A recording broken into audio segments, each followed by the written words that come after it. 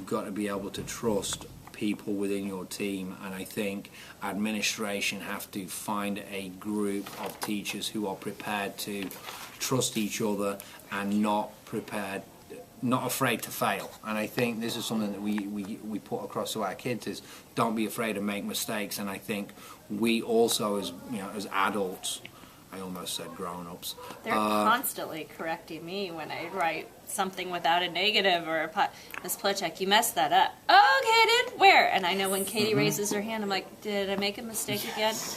Well, I think because she'll catch me. That's and, awesome. And I'm like, oh, okay, whoops. I'll say though, this is my first year in STEM, and having a team of people that I can ask questions to, because whether it's a parent, a student, someone else within the STEM program, and they'll ask me a question, and I'll have a blank stare on my face. So, even though I've been teaching for 15 years, having people who can give you answers and not make you feel like incompetent for not knowing the answer is just so important. Like, I'm in Christy's room, 8 times a day. I don't always have the answers. Well, the nice thing is that when, like, one of the students is struggling, like what you just said earlier about, well, you have a good rapport with him, why don't you pull up his grades and discuss it with him and encourage him to come see one of us or something like that. So the fact that it really is a team effort for each and every single kid that we have, which is why we do spend quite a bit of time discussing if we're having issues, like, okay, well, he's doing really well in this class, maybe it's because X, Y, and Z, and it helps to have, like, it's like it's a team. It's, I was a team athlete in college, so it's like being on a team.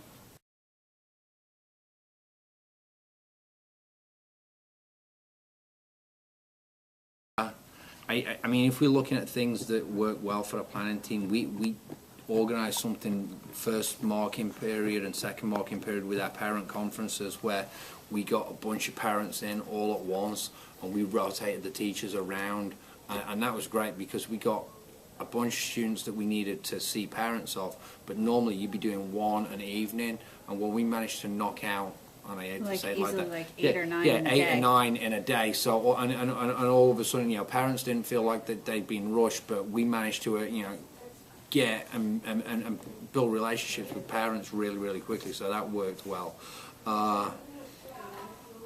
One thing I'd say that we could do differently was we don't have enough time built into the day / month / year to do nearly as much as we want to do. Mm-hmm. And I would love to be able to, and this is something maybe we could talk to Mr. Myers about, is during some of those 2-hour dismissals for professional development, being able to allocate some of that time to a group like this.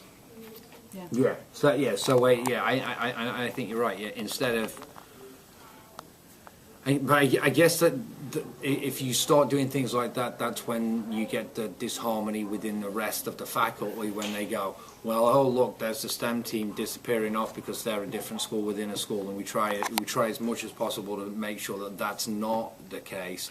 But then but it's true. But there are certain things where we are one or two a year. Yeah, where we could disappear and meet together as our team and focus on things that will be useful. I think you're right. Because really, we're department within department, because we all we're have to a school attend within our a school, and we have to own do departments department meetings and and this. one.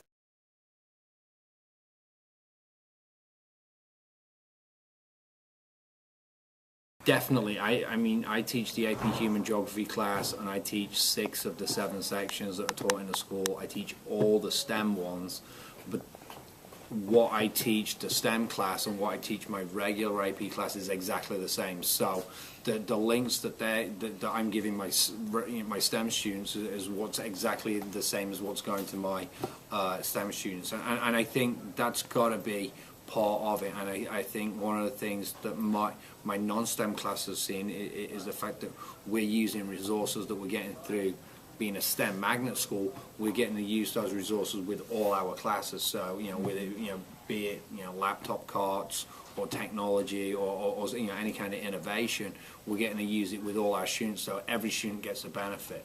I think one of the difficult things is the fact that maybe some of our peers that are not within the STEM program teaching look at it and say, well, that will be what STEM is. And I think that's something that administration, as well as the STEM teachers, have got to be aware of the fact that we're not a school within a school. we're still, teaching the kids, and our goal still is that we want all of our kids to be academically successful. We're not just saying we just want our STEM kids and then we don't really care about anyone else, because that's not true. And see, much like you, I teach co-taught, so I teach the lowest level student and the highest level student in English.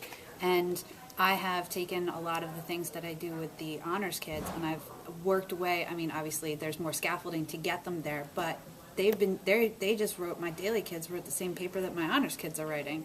It just took a little bit of maneuvering, and I'm able to bring in a lot of the technology that my daily kids never get to use, and they don't know how to use, and to learn how to use the technology, and as simple as like being able to manipulate Word or using Edmodo, and it's been eye-opening for them. So, and that's nice, because who knows where they're going to end up.